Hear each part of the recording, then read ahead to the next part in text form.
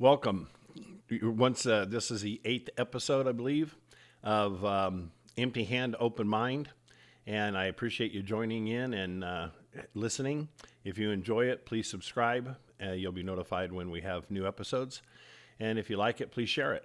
If you have any comments, please feel free.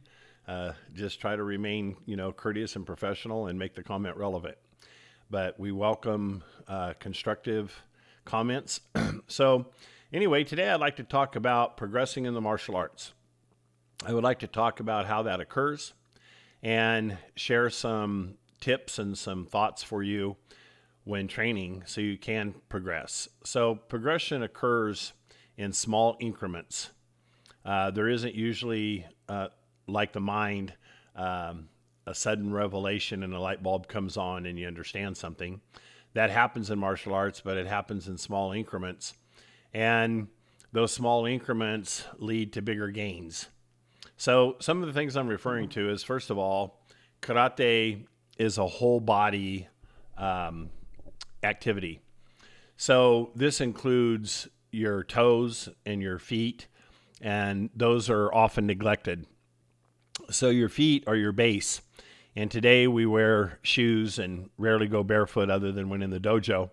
And so our toes and our feet aren't as strong as they used to be when we were in constant contact with the ground.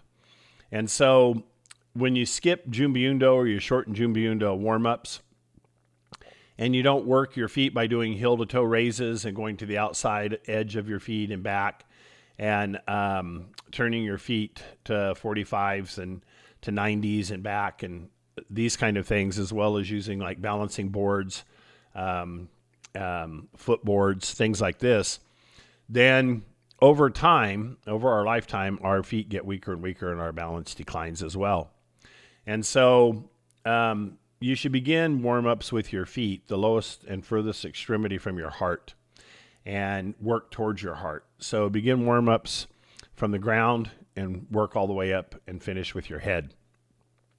Not vice versa, where you start warming up with your head and work down to your feet. Then you're working the closest extremities to your heart instead of the furthest away. And the furthest away are the ones that receive the least blood flow and the least amount of circulation. So begin at the feet and work towards your head. The same thing goes for your grip and for your fingertips. If you don't do a lot of Hojo Undo, Nigiri-gami, and ropes and other things, then over time your grip lessens. And so when you grab somebody or you grab something or you grab a gi or whatever, you don't have strength and it's easy to break your grip. So it's important. Miyagi Chojun Sensei used to sit there and watch and have his wife open and close blinds or curtains and see if he saw the light first, or what was his first sensory when she changed the window from dark to light. And so he was exercising his senses, and he was specifically his eyes and his reactivity to light. And that sounds silly, but it's not. We have to work our whole body. And so progress is in the details. What do I mean by progress is in the details?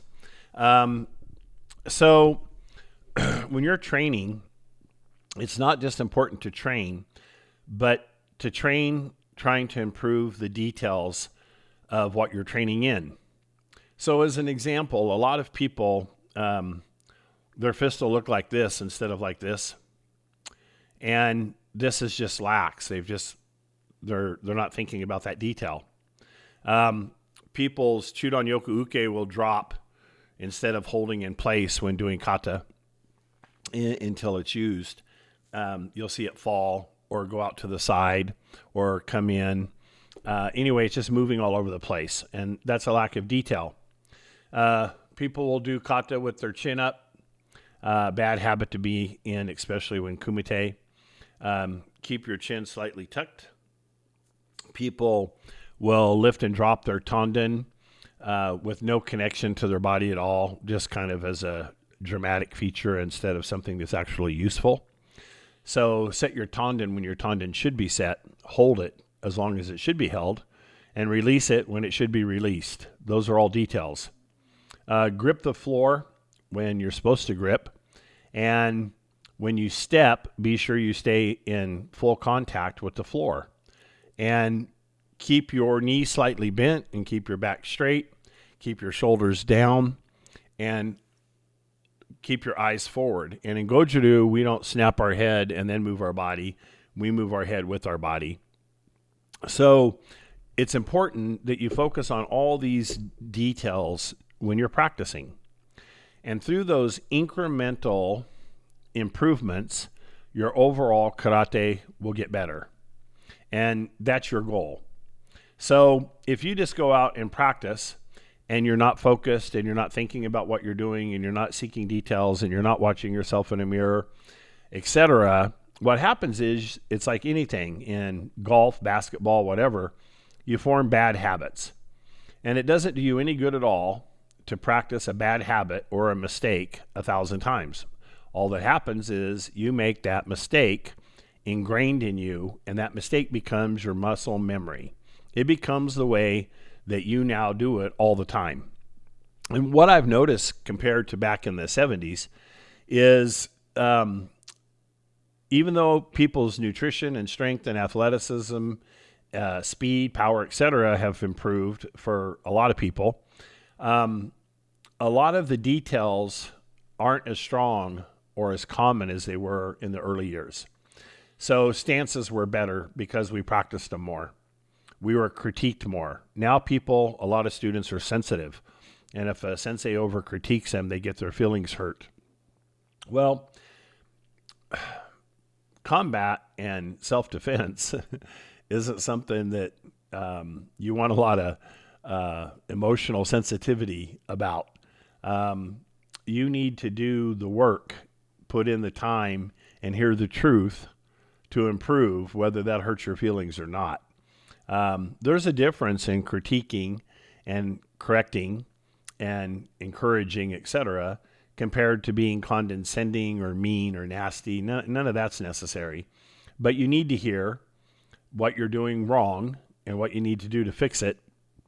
And you should try really hard to focus in your training and clear your mind of the issues at work and family problems and bills and all that stuff. And let the dojo be your space where your mind's truly clear. And focus on your training. That's why you're there. And so if you think about your posture and you think about your limb that isn't executing a technique, that's just holding, and if you think about where your chin is, and if you think about the floor and your feet and your knees, if you think about utilizing your hips, if you think about your breathing, if you focus or pick a few of those things to focus on and do something in practice at Yukuri, motion study, and then practice it, at a medium speed and power, and then do it full speed and power, you'll continue to improve. And that's what your goal is. And so you want to keep progressing. And how you keep progressing is by focusing on the details, putting in the time, putting in the work. Karate has never been easy. If it's easy, you're in the wrong place. Karate is challenging. It's physical, and it takes a lot of focus, and it's something that you have to concentrate in order to get it. And then you have to practice it, and you have to practice it with a mindful focus to continue improving. And that's what everyone's goal is. So don't just go out and throw, punch, kick.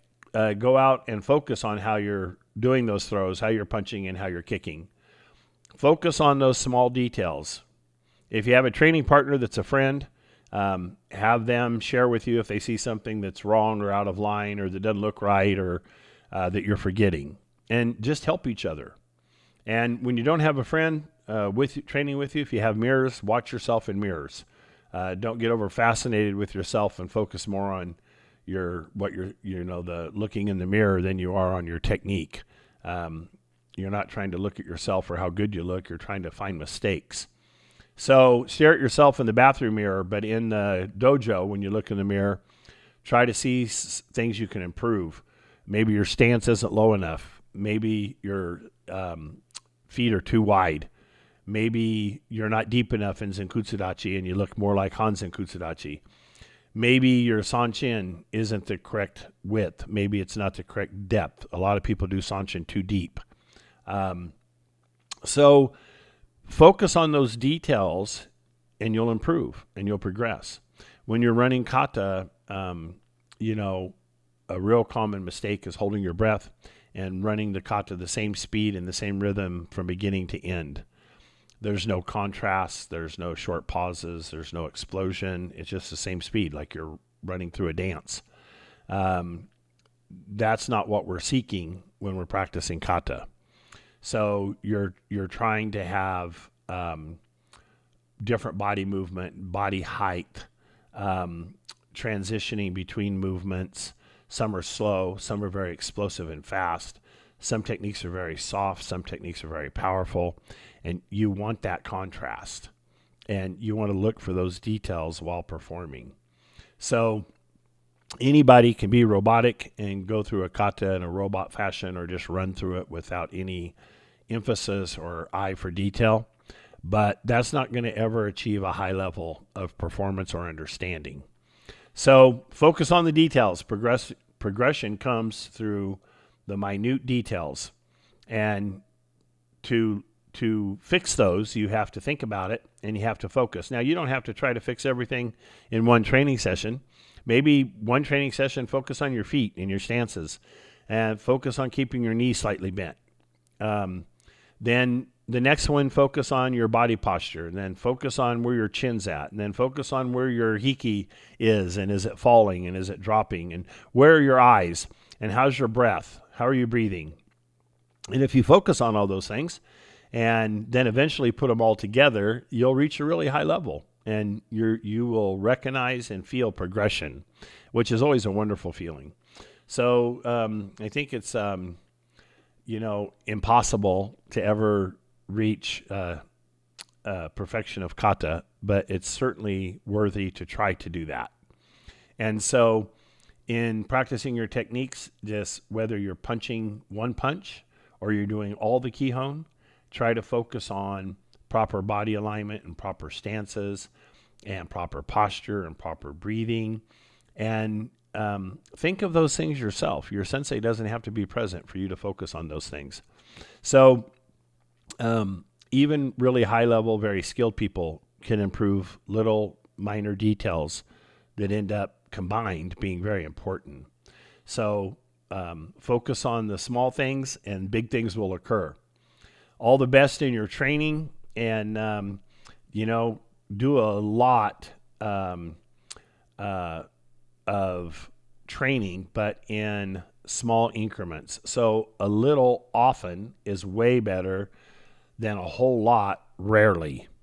So if you only train once or twice a week and it's a brutal, super intense session, it's not going to be as beneficial as if you have some of those intense, brutal sessions mixed in with a bunch of shorter sessions where you're able to do more focus. And so train a little often is very important. Personally, I think you should train, 5, 6, 7 days a week. But it doesn't have to be a lot. I usually train, 30 minutes to an hour every day. And it makes you feel good and you're never stiff and, your body just feels good. And when you train just once or twice a week, then you just stay in a state of being sore because your body just can't adjust to severe training when it only experiences it once or twice a week. So keep your body moving. A body in motion is a healthy body. Focus on the details and also keep it fun. Okay, have a great week of training and we'll see you on the next episode. Thanks for tuning in.